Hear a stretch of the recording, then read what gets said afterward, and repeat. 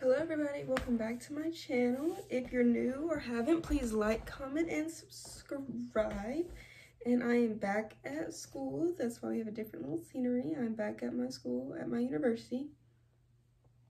But what I wanted to talk about today was how can God change your life? And especially because when I was coming into my relationship with God, I couldn't fully concept how much or powerful God can really change your life, especially when you compare it to the world of change. So when we think about our life changing, new school, new job, a new friend, a new atmosphere, a new environment that we're coming into, and that's like a big change in our life, and we're going to see basically if that change can grow us or not grow us. How does it make it feel, our new change? And through that life, you're constantly looking for change. New friends. I can't, these new friends are bad. And then it's like, oh, I didn't find new friends. Oh, let me go back. Oh, this new outfit, this should make me really cooler. This could get me in. This is what everybody's wearing. More money, that's going to make my life better. You do all these things to try and get your life in a better place. And sometimes, and every time, it just usually ends up not working or not being consistent, or it has its bad moments, has its good moments, and it really can affect you mentally, of how you feel about yourself, of how you feel about, basically really how you feel about yourself and what this means for you. And it can be really exhausting going through those up and down of emotions of trying these new things and them not working out, or not getting the result that you were wanting, not getting to the destination of, I wanted to get from A to B, and I did that by more money, more clothes, better, or more money, better clothes, better friends, a better job, this, that, and the other. I'm trying to get where everybody else is my age or in my society. I'm trying to get where everybody else is, but I still find myself just not satisfied in the life that this world is giving, in this life that it's I want this lifestyle, but I try to get the right clothes, the right money, the right friends to get to where all these other people are, and I fail every time of feeling, and maybe I look like I'm there, but I don't feel satisfied on the inside and things like that. And after continuous time of failing and failing and failing again, I said, okay, I'm going to try and just see what this God thinks about, see what that can bring to me in my life, because obviously everything else is not working.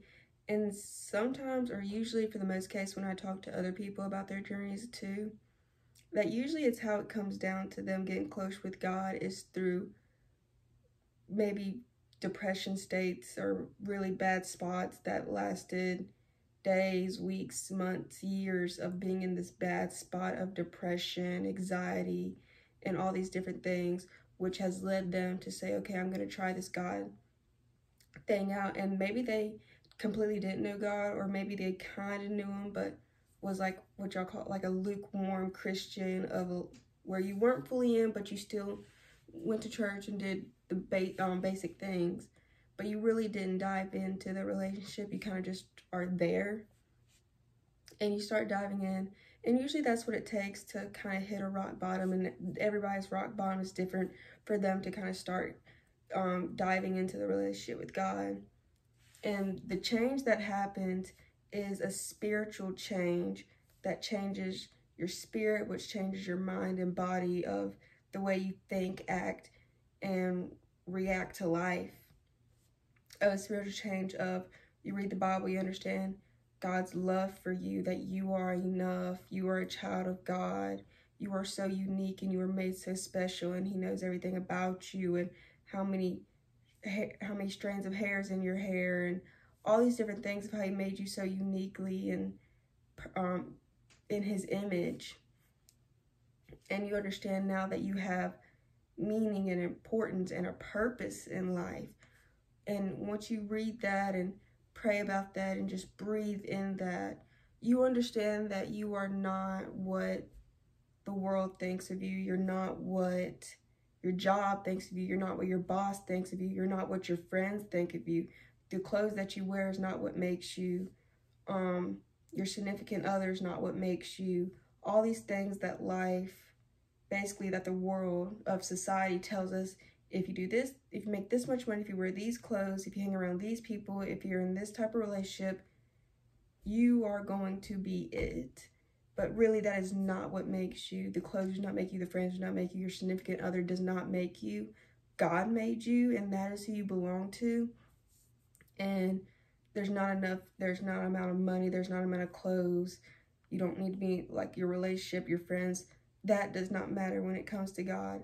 What matters is who you are and what your heart is.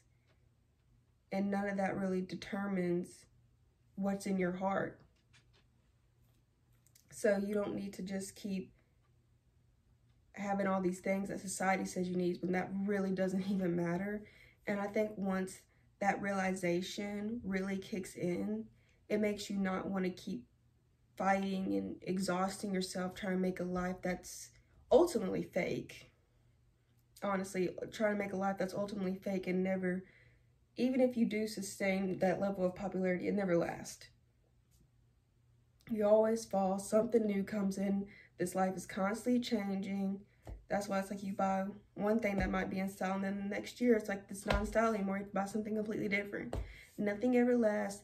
And so the best thing to do is just make sure that your heart lasts you of being a good, kind person, knowing that you have a purpose in life of being good and carrying out God's words. And once you feel that spiritually change, you bring out this confidence in you that I am somebody, no matter the clothes I wear or what how my hair is, who I hang around.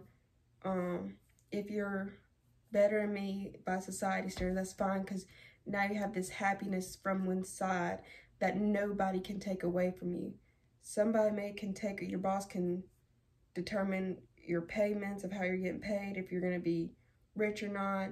Your friends can determine, all these other people can determine your life, but nobody can take away your happiness. Somebody else may take away your popularity, your money, but nobody can take away your happiness and your relationship with God that you have developed on your own. And that feels special because it feels like living your life is like you go through so many up and downs. I feel like so many people are taking advantage of you, taking stuff away from you, and really not caring about you or being loyal to you as much as you would want. So when you have something that's so yours and God's and nobody can take away that from you, it makes it just so much more special and so much more than the world can ever give to you, because anything the world gives you is going to be taken away. It's not going to last. So it's like you have something that lasts, you have something that's there, that's real, that's yours. It makes it so much more special. And then it changes your spirit, and then it changes your mind and body in a sense of you can go out into this world and be confident and do what you want to do, and people can just gravitate to that. But you want to do what you want to do because you always feel like, I'm just doing this. This is what makes me good with God. It makes me, I have a good relationship with God, and this is what I like, that I feel like even strengthens my relationship with God, of what I want to be around. These are my standards. These are my boundaries, and I don't want to be pushed off what I have that is so important to me and what I want my life to be centered around. And then the people that gravitate to you become something of so important because God did those people towards you, not the world. Because you feel a difference, because the world, it's all just to kill, steal, and destroy you. And you feel it after some life of continuously trying to fight for something, somebody takes it away, or trying to fight for popularity and then it's taken away, and all these things. And then you feel the loyal people that come in your life, you feel it's from God, because it's like they value that heart to a valuable relationship, and it's like y'all can develop that stronger together, and then y'all can go out and do things that help strengthen y'all's relationship towards God, and that looks in very many different forms. It doesn't always have to be church. It could be going out, working out, playing pickleball, and it's like these are the places where I found people that have like the relationship with God too. And we enjoy doing these things and developing these things. And I'm doing it with people that have the same importance of God. So we can develop it. And and these people are loyal because God wants everybody to love each other, put each other first, be kind, humble to one another. So that sounds like a pretty good relationship and friends if that's what they value too.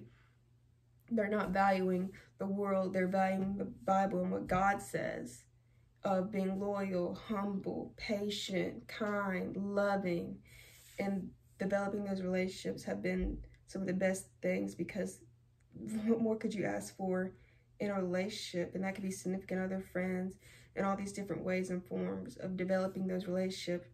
And then slowly but surely your life just starts changing in a sense of, it says, the going more towards and trying every day to have the love that the Bible says, of being humble, loving, caring, kind, and not being of chasing the world.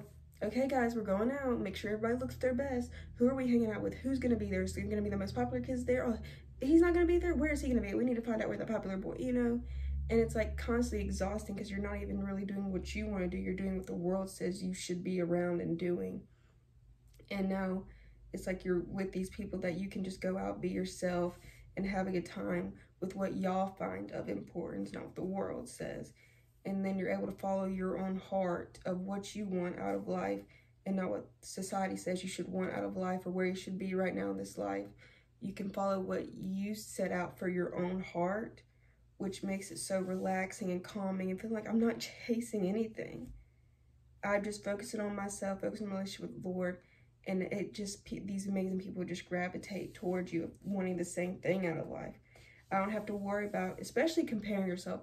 We do a lot of comparing on this side. I know it, and that's something I try and work on. I'm not going to compare just whatever. I'm not going to think all day about what she said to me or how she said it or all this and that. I know who I am. God knows who I am. I know where my heart is. And if you know me, you know where my heart is. I would never want to do anything cruel to you or anything like that. But sometimes I feel like in that life of wanting the world, well, let me see where they're at. Let me see what's going on here. What is this person doing? What is this person doing? Are they there? What are they doing? What's their job? How much do they make? Where do they get this? You know, it's constantly this. It's like, it's too much. I know where my heart is. I know what I want out of life. And I'm not going to compare myself to where you are in life, where society says I should be in life. I'm just going to do what I believe God's plan is for me. And that takes so much pressure off of life standards. And I'm at God's standards of being a loving, kind human being, putting other people's first, treating other people with kindness, and being with God. And that's what I want to do. Nothing outside of that. So that's the change that God can create in your life, of just putting your sights on Him and realizing the pressure of society is just this false deception narrative, and really you can be on your own heart and path with God that it's just a good, loving relationship. That's all. There's no times or anything or money that needs to be there. Well, I hope we can all grow and learn closer to God. If y'all have any prayers, please put it in the comments. Thank you guys for watching. Please like, comment, and subscribe.